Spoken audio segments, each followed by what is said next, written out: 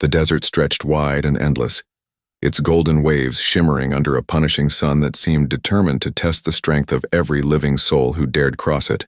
The silence was heavy, broken only by the crunch of sand under a pair of weathered boots and the grinding creak of wooden wheels dragging across the barren land. A lone woman trudged forward, ropes biting into her shoulders, sweat tracing down her dirt-streaked face. Her belly, round and heavy with unborn life, pressed against her tattered dress with every breath she took. Yet there was no hesitation in her stride. She kept pulling, step after step, as though the weight behind her wagon was no heavier than the burden she already carried in her heart. The wagon held a man, bound and bloodied, his dark hair matted against his brow, his chest rising in shallow, ragged breaths. He was not just any man. His skin, his features, the markings on his body whispered of the Apache, the people many settlers feared and despised.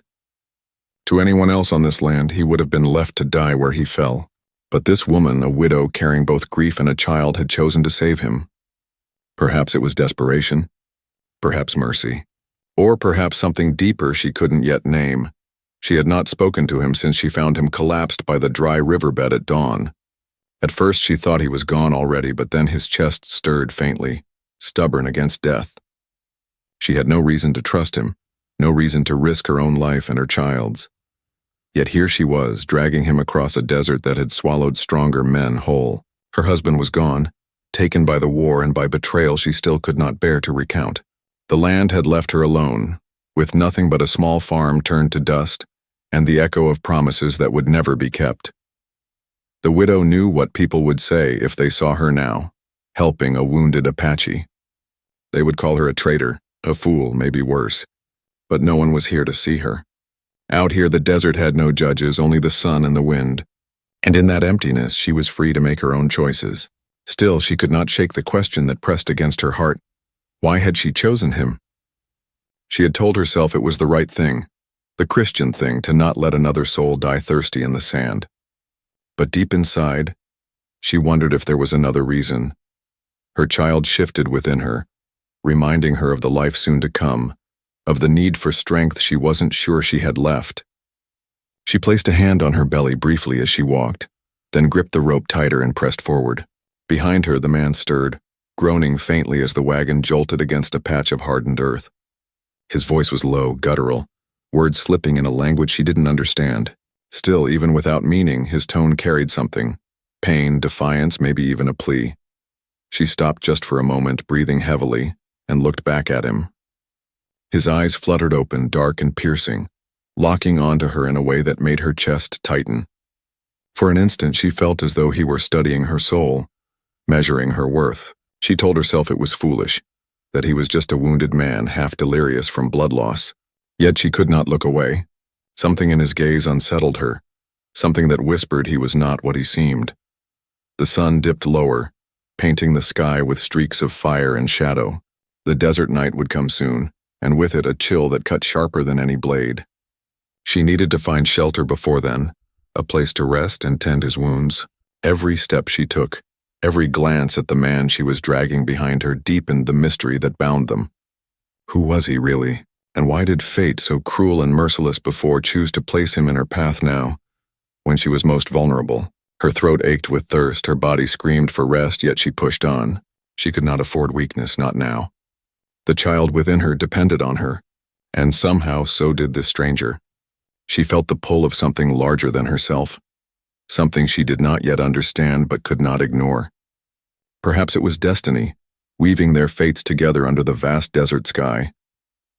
As the horizon swallowed the last of the sun, the widow spotted the faint outline of rock formations rising ahead, jagged against the fading light. Shelter, perhaps even a chance at water. Relief flickered through her chest, but it was quickly shadowed by unease. The Apache behind her stirred again, his voice stronger this time, speaking words she still could not understand, but this time she felt their weight. They sounded like a warning. Her step slowed, her heart pounding against her ribs. She looked ahead at the rocks, then back at him, his eyes fixed on her with an intensity that made the desert feel even more dangerous. Something was waiting for them out there, she could feel it. And though she did not know what truth this man carried within him, she knew it was a truth that would change everything. The widow tightened her grip on the rope, pulled the wagon forward, and whispered to herself almost like a prayer, "We'll see who you really are soon enough." The desert night rose around them, stars burning like watchful eyes, and the wind carried with it a silence that felt heavy with secrets yet to be revealed. The widow's boots sank deeper into the cooling sand as the light faded behind the jagged rocks. Every pull of the wagon strained her shoulders. Every breath came heavier, yet she forced herself to keep moving. The desert was unforgiving, and she knew too well that stopping too soon could mean death. The stranger behind her groaned again, his voice rough and broken, but it carried something almost commanding, as though he were fighting to keep her from heading where she thought she must go. She ignored the sound, though it echoed in her chest long after. She had learned to silence doubt in her own heart, even when it screamed louder than the wind. By the time she reached the base of the rocks, night had settled across the desert like a heavy blanket. The stars spread above them, sharp and cold, while the wind whistled through the stones. She found a shallow overhang, barely enough to shield them from the night air, but it would have to do. She let the rope slip from her shoulders, wincing as it burned her skin, and slowly lowered herself onto the sand. Her back ached, her swollen belly felt heavier than ever, yet she did not let herself rest long. She turned back to the wagon, eyes narrowing on the wounded man. He was conscious now, though weak, his breath uneven. His eyes met hers in the flicker of starlight, and she froze again at the sharpness in them. They did not belong to someone ready to die. No, there was strength hidden there, a fire that refused to be put out. She stepped closer, her hand brushing over the rough wood of the wagon. He muttered something low, a word she did not know, but the tone was heavy, almost like a warning carried through the night. She whispered back, "You'll live, if I have any say in it." Her voice sounded harsher than she intended, but she had no room for softness anymore. Life had stripped it from her little by little, until only resolve remained. She tore a piece of cloth from her already ragged dress and dipped it into her canteen, now nearly empty. With steady hands, she pressed it against the wound on his side. He flinched, but his eyes never left her face. She wondered what he saw when he looked at her. A desperate woman, a fool, or maybe something else. As she worked, her mind drifted back to the farm she had left behind. The house stood in ruins now, weathered boards leaning like old bones. The fields turned to dust after too many seasons of drought. Her husband's grave lay under the lone oak tree, a cross carved by her own hand marking where he rested. He had died in a fight not meant for him, caught between settlers and warriors, his life ended by violence that had nothing to do with his own choices. She carried that pain every day, buried under her ribs where no one could see it. And now here she was, tending to the very kind of man others claimed had stolen her husband from her. The thought twisted like a knife, but she could not leave him. Her child shifted again, a kick against her ribs, and she laid her hand on her belly with a faint sigh. This child was all she had left of her husband, the last piece of him the world had not taken. She whispered silently, promising the little one she would keep them safe no matter what it cost. But even as she made that vow, her eyes strayed back to the Apache. She did not know his story, his past, or the reason for the blood soaking his shirt, yet she felt the weight of him in her life already, like a stone dropped into still water, sending ripples she could not control. The night deepened. Coyotes howled in the distance, their voices carrying across the sands like restless spirits. The fire she tried to spark barely caught, only a faint glow of embers clinging to dry twigs she had gathered near the rocks. She pulled her shawl tighter around her shoulders and sat against the stone, watching the stranger's chest rise and fall. He shifted once, his lips parting as though to speak. She leaned closer, straining to hear. His words came haltingly, broken by pain, but there was a clarity in them that startled her. He spoke her tongue, though rough and thick with accent. "You should not have stopped." Her breath caught. She searched his face, half-shadowed in the dim glow. "What do you mean?" she asked softly. He closed his eyes briefly, grimacing as if the effort of speaking drained what little strength he had left. Then, barely above a whisper, he said, "Danger follows me." Her heart thudded hard in her chest. She wanted to demand more, to shake the truth from him. But his strength faltered and he fell silent again, sinking back into uneasy sleep. She sat there staring at him, the words echoing inside her skull. "Danger follows me." She thought of the tracks they had left across the desert, the trail as plain as ink on parchment for anyone who might be searching. A shiver worked down her spine, colder than the night air. She reached for the rope she had pulled all day, gripping it tightly. as though holding on to it might somehow keep her in control of the path ahead. But control was something the desert never allowed. The night stretched long, and sleep never came. Her body wanted it, begged for it, but her mind refused. She kept her eyes on the shadows between the rocks, on the stranger's breathing, on the faint rustle of sand shifting in the wind. Each sound sharpened her fear, each silence pressed heavier. By dawn, her throat was parched and her canteen was nearly dry. She rose stiffly, every muscle aching, and stared at the horizon where the sun bled into the sky. The desert was waiting for her again, stretching wide and merciless. She looked at the man in the wagon, his face pale but alive, and then at her swollen belly. A choice weighed heavy inside her. She could leave him now, take what little she had and make for the nearest settlement, hoping to survive. Or she could keep pulling him, deeper into danger she didn't yet understand. Her hands trembled as she packed what little she had left. The wagon creaked when she shifted it, the sound breaking the silence of the morning. She tightened the rope across her shoulders again and whispered under her breath, "If danger follows, then we'll face it together." But even as she said the words, doubt gnawed at her. Who was he really? Why had he been left bleeding in the sand, and who was hunting him? The desert offered no answers, only more silence, more heat, more distance between her and the safety she once knew. And as the wagon wheels carved fresh tracks into the sand, she felt the weight of unseen eyes upon them, watching, waiting, moving closer with every step she took. The widow pressed forward, heart pounding, the rope cutting into her shoulders. Behind her, the wounded Apache stirred once more, and though his voice was faint, the words chilled her blood. "They are coming." Morning opened like a hard truth. The sky was pale and empty, the kind that promised a long day of heat. She adjusted the rope, braced her feet in the sand, and hauled the wagon free of the rocky overhang. The wounded Apache did not speak at first. He watched her work with a quiet that pressed on her nerves.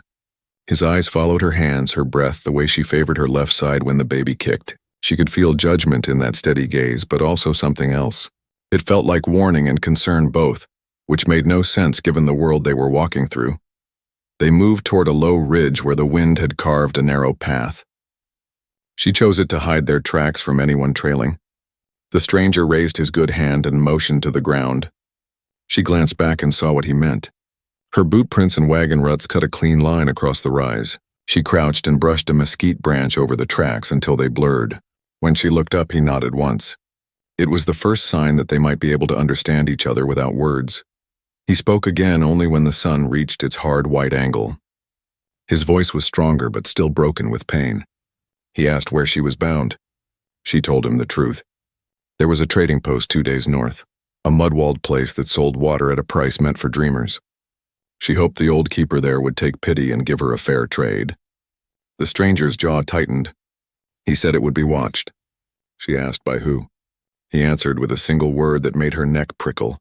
Riders. She did not press him. Questions were a luxury for people with time. She had only distance and heat. Still, the word rolled in her head. Riders could mean bounty men. Could mean angry settlers. Could mean his own people. It could mean a mix of all three. Stirred by rumor and thirst and pride, she knew how fast a story could gallop on this frontier. A pregnant widow crossing the desert with a wounded Apache would feed every campfire tale. By midday, they found a dry gulch with shade under cottonwood limbs. She eased the wagon down and let the wheel rest against a rock, then knelt with her canteen. The water sloshed faintly. She took a sip, then another for the child, and forced herself to cap it. The stranger watched her count the swallows, and something like respect crossed his face. She wet a cloth for his lips. When he took it, his fingertips brushed her wrist. The touch was light, but it found all the places inside her that still felt tender. It scared her how quickly warmth rose in that moment, how quickly she pulled her hand back. He read the flinch. His mouth tightened, not in anger, more like regret. He looked away and spoke in his own tongue, a low murmur that sounded like wind in canyon stone. She wondered if he had someone waiting as well. A sister, a wife, a child. The idea struck her harder than she expected. She had been walking inside her own grief so long that she had forgotten the world might carry other people's sorrows too. Later, while he rested, she worked a quiet circle around the gulch to scout. She found a print at the northern lip. Fresh. A shod horse, heavy set. The sand was scuffed with the mark of a boot heel.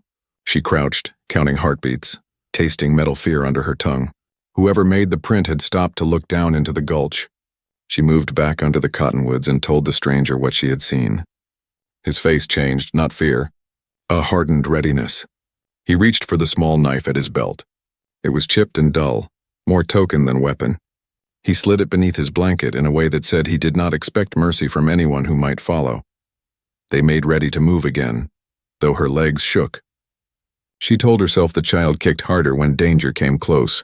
It felt like a signal from within, reminding her that she could not quit. She helped the stranger shift his weight, and when she did, she saw his side more clearly. The wound was cauterized by the sun and grit. It needed proper washing and stitching. She tied the rope again and pulled. The wagon lurched. He held the rails and set his jaw against the pain. They climbed out of the gulch and cut east where the land ran with low dunes and scattered grass. He directed her with spare gestures, choosing paths that used wind to erase their trail. Her respect for him grew even as caution stayed rooted. He was thinking for both of them. It unnerved her and comforted her all at once. Toward afternoon, the air rippled with heat and distance. He motioned for a stop and pointed to a high black mote on the horizon. A hawk. It circled the same stretch of land again and again. He said in a rasp that the bird followed meat and disturbance. He suspected a carcass or travelers. She shaded her eyes, watching the hawk ride a high wheel. The desert had more eyes than people believed. When the wind shifted, a faint sound reached them. It was hard to place at first, a low rhythm that blended with the whisper of sand. The stranger stiffened. Horsetack? She felt it too, the ring of metal carried thin across the air. She fought the urge to run. Running made pattern. They needed to become the land. She pulled the wagon into a shallow depression and covered their tracks again with the mesquite branch. The stranger motioned to a tumble of stone and indicated a plan. He would lie still. She would stand plain as a lost traveler, hand on her back as if she needed rest. If riders came, she would ask for water and claim she had seen no one. Her mouth went dry at the thought.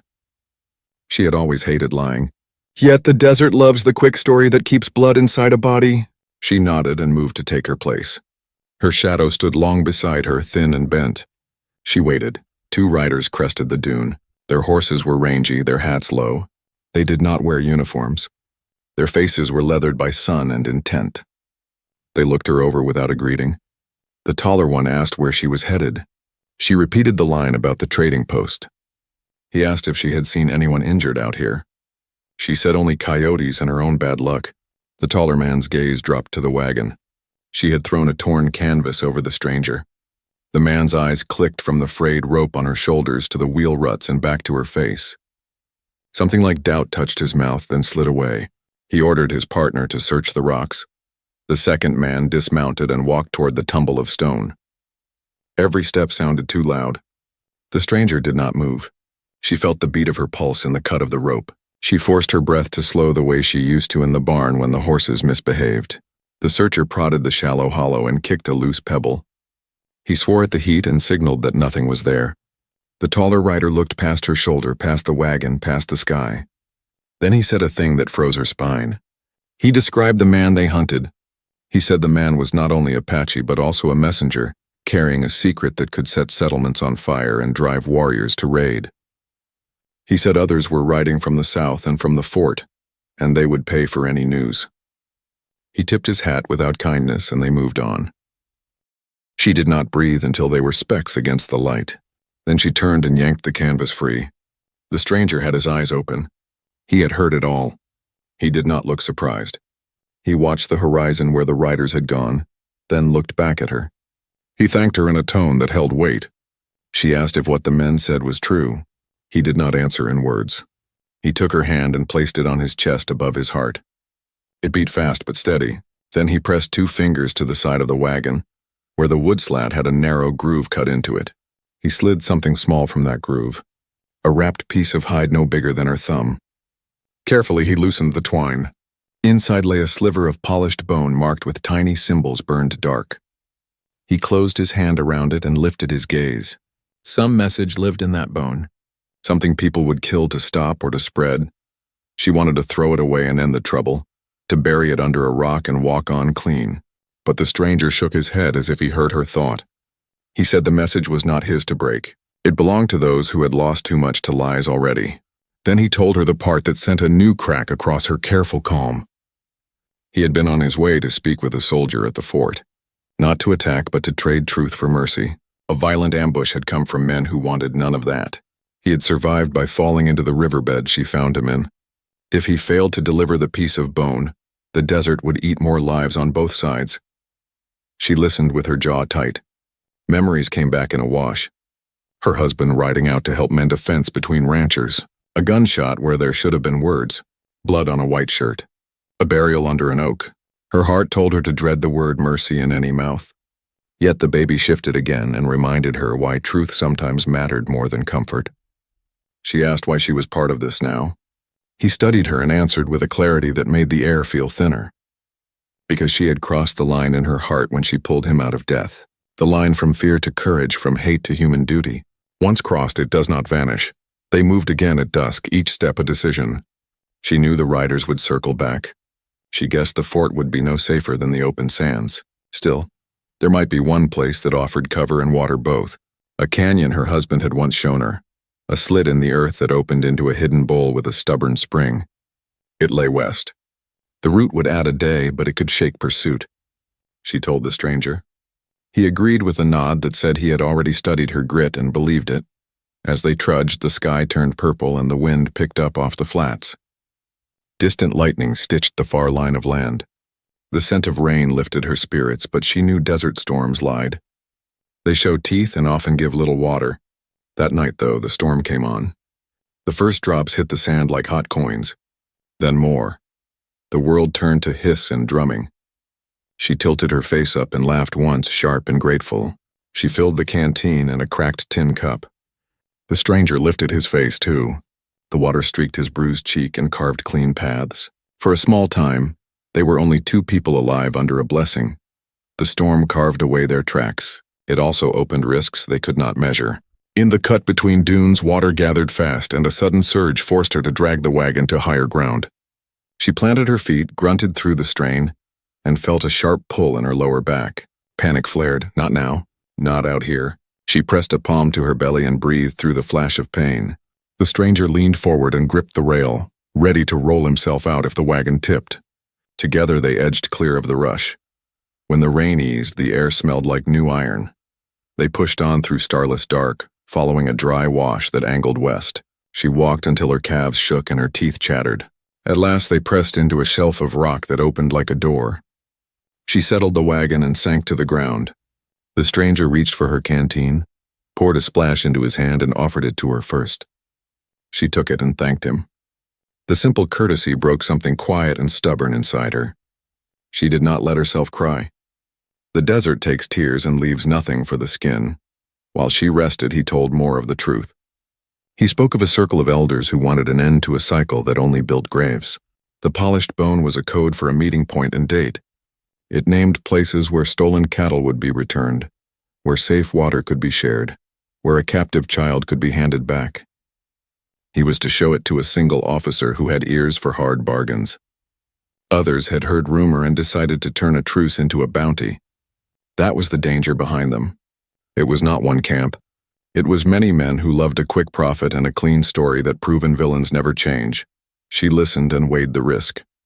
If she helped him reach the canyon and then the fort, she might buy her child a quieter future.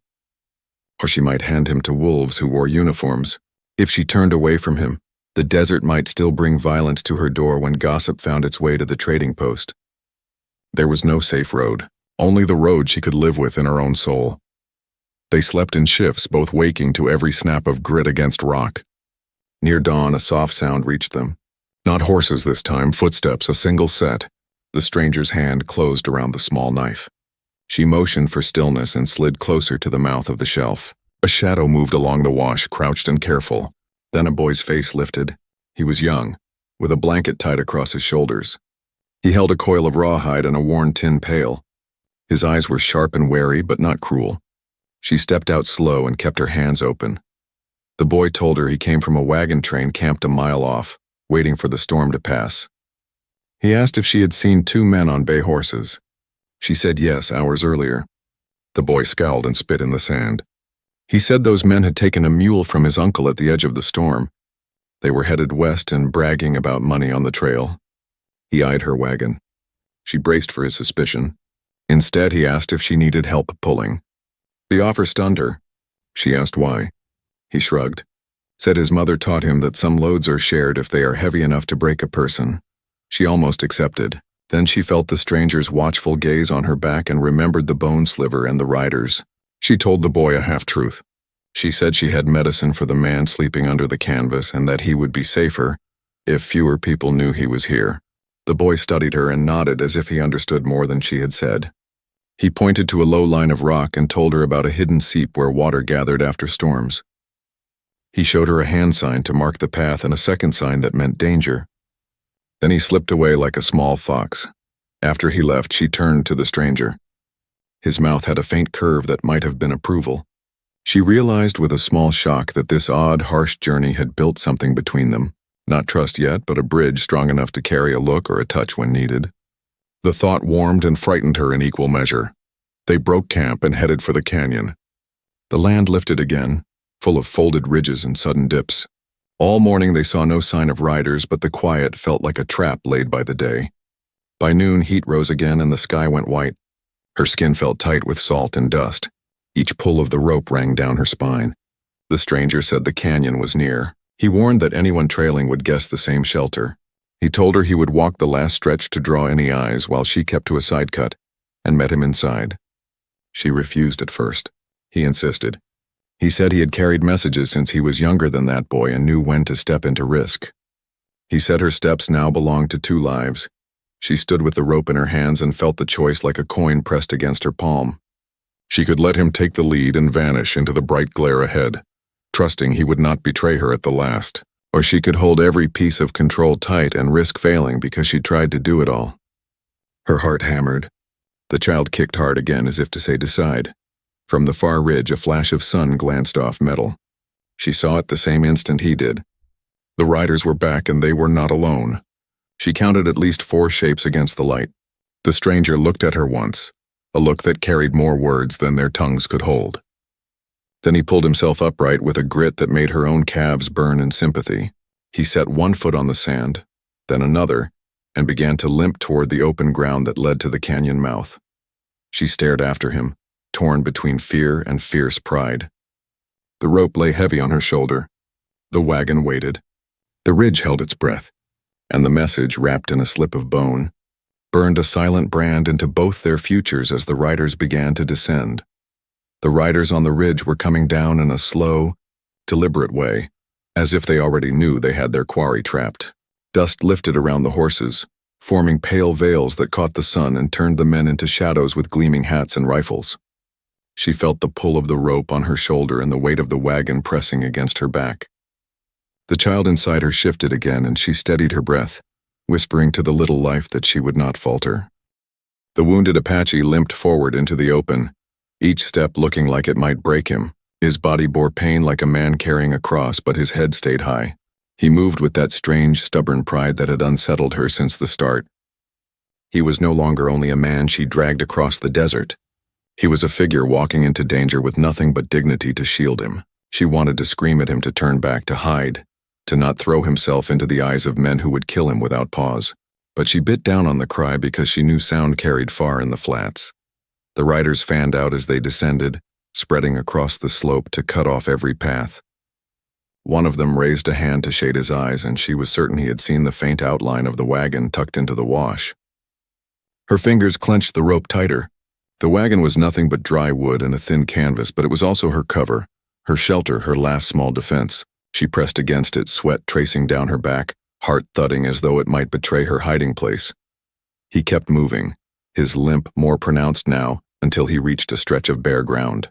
The lead rider shouted something that carried on the hot wind, words broken by distance but heavy with threat.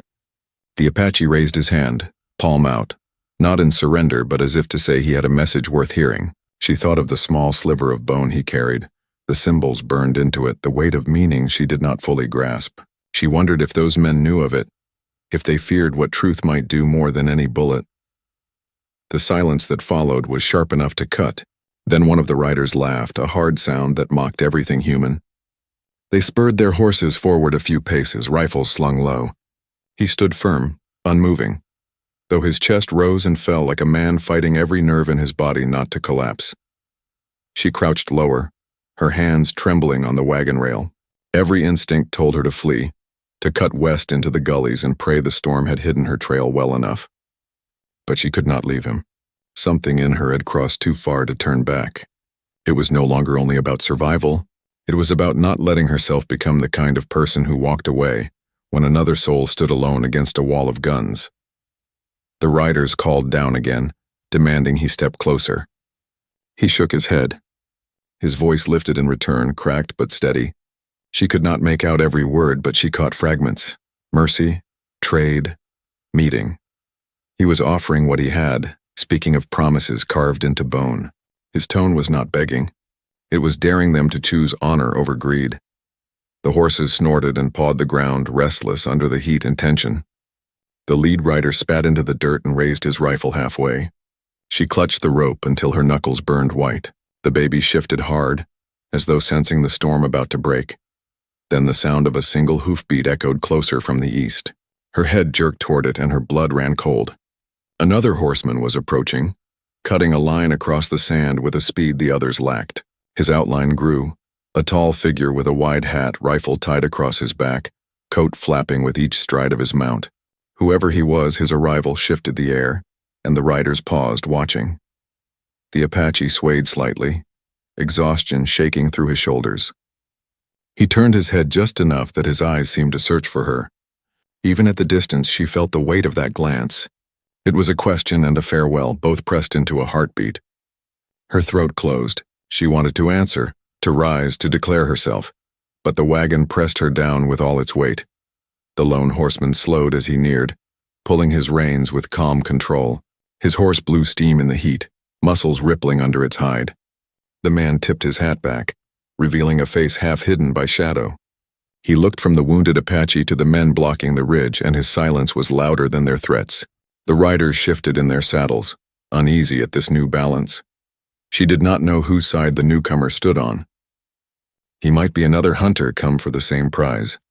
He might be someone worse, a man playing both sides for gold, or he might carry some sliver of decency in a land that had little left of it. Whatever he was, the tension coiled tighter, every breath a string ready to snap. Her knees ached from crouching. The wagon creaked softly as the wind nudged it. She feared even the smallest sound would draw eyes to her hiding place. She thought of the boy from the wagon train, of his mother's teaching about sharing heavy loads. She thought of her husband under the oak and the quiet promise she made that her child would grow in a world less cruel. And she thought of the Apache standing alone, carrying secrets etched into bone, secrets that might burn or heal, depending on who heard them. The sky shifted above, clouds dragging thin shadows across the desert floor. Somewhere a hawk cried, circling again, waiting for what the land would give. The riders leaned forward in their saddles, rifles glinting. The lone horseman touched the brim of his hat, and the Apache straightened as if the small gesture carried meaning between them. Every heartbeat stretched longer than the last. She felt the air charge like the moment before lightning strikes. She knew the next breath would decide everything, yet she also knew the desert had ways of twisting fate in directions no one planned. The rope on her shoulder grew heavier. The wagon seemed to shudder beneath her hand. Her chest ached with the weight of not knowing what choice would fall, who would fire first, and whether the child within her would ever see a world without dust and blood. And still the riders pressed closer, circling in slow arcs, tightening the noose of horses and iron. While the Apache stood his ground, the lone horseman watched, and she waited in the hollow, heart hammering, every nerve stretched to breaking, knowing the storm of men and truth was about to break open at last.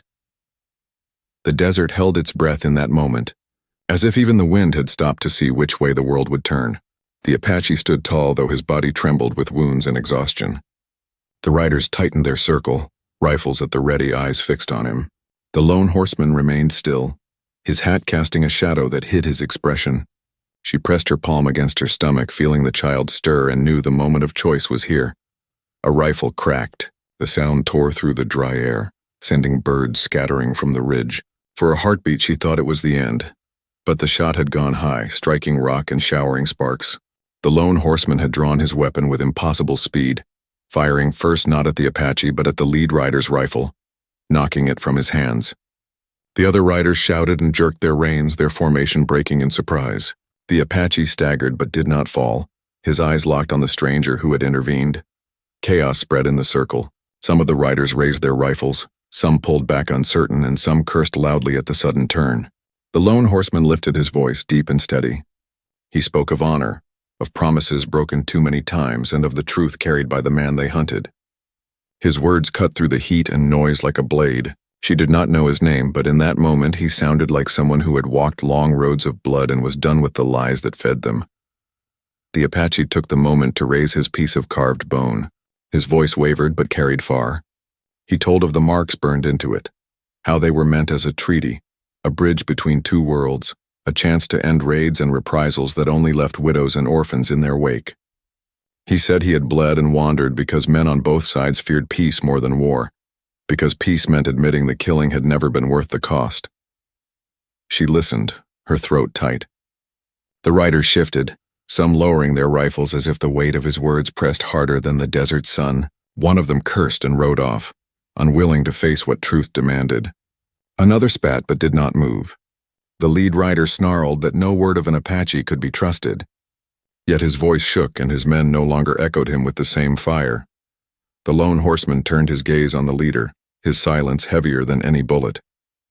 The rider wavered, then yanked his horse's reins hard, wheeling around. With a sharp whistle he called his men, but only half followed. The others stayed behind, muttering, unsettled by what they had heard.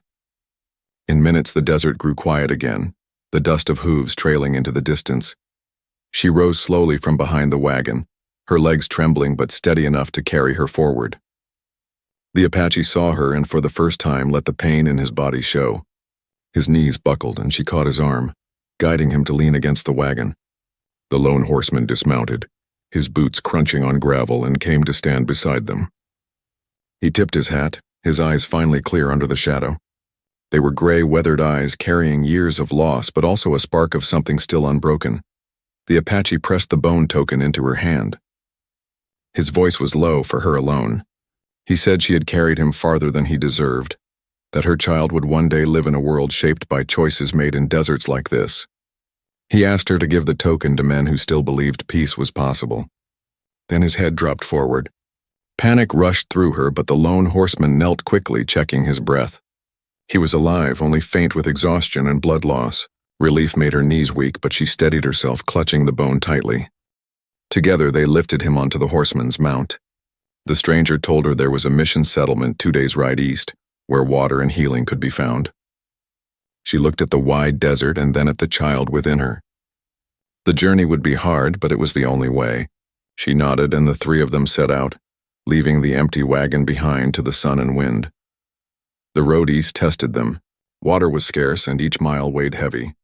Yet the presence of the horseman gave her a steadiness she had not felt in weeks. He spoke little, but when he did, his words were plain and sure, like stones laid in a path. She learned his name was Samuel, a man who once fought on the borderlines until he saw too many graves on both sides. He had turned away from killing, wandering instead, trying to make right where he could. The Apache drifted between waking and dreams, murmuring words she could not always understand. At night she sat close to him, guarding his sleep, while Samuel kept watch with rifle across his knees. The stars stretched endless above, and in the silence she found herself thinking not of fear but of endurance, of how people kept walking forward even when the land gave them nothing. At last the mission bells rang faint in the distance. Relief washed over her like cool water. They pressed on, reaching the adobe walls where men and women rushed out to meet them. The Apache was carried inside, healers working swiftly. She placed the bone token into the hands of the priest who welcomed them, his eyes widening at the sight of the symbols. He whispered that it was proof of promises spoken long ago, now returned with a chance to be honored. Days passed as the Apache healed. She found herself tending gardens with the mission women, her body grateful for rest, her heart still holding the edge of grief, but softening under kindness. Samuel stayed as well, helping with repairs, though he spoke of moving on when the road called again. She watched him from a distance, the way he carried his solitude like an old coat, and wondered if he might one day choose to set it down. When the Apache regained his strength, he came to her with gratitude in his eyes. He said her mercy had carried him when his own people had nearly lost hope. He promised that if peace came, her child would grow in a world less bound by hatred. She felt tears rise but did not hide them. She told him she did not know if peace would hold, but she believed the fight to reach it was worth every mile. In time, word spread that councils were meeting, that men from both sides sat together with the token, as proof that not all promises were dead. It would not be easy, and many still doubted. But a seed had been planted in desert soil. As the season turned, she prepared to leave the mission, her path uncertain but her heart steadier than it had been in months. Samuel walked beside her, his silence no longer heavy but companionable. The Apache raised his hand in farewell, strength in his posture once more. She held her child within, knowing soon life would push forward with cries and small hands. The desert still stretched endless, filled with dust and shadow, but now it carried echoes of hope. She had faced loss, carried a wounded enemy, and found unlikely allies in a land that tried to strip all softness away. The story of that journey would remain with her child, a reminder that even in the harshest places mercy could guide the way, and strangers could become the turning of fate. As she walked into the horizon, the sun lowered behind her, painting the sky in fire and gold. Her steps were weary but sure, each one carrying her closer to the life she had promised. The memory of the desert, of the men who circled with rifles, of the bone etched with peace, all of it settled inside her as both wound and gift. And though the world still carried its weight of blood and dust, she knew now that even the most broken road could lead to light if a person had the courage to keep walking.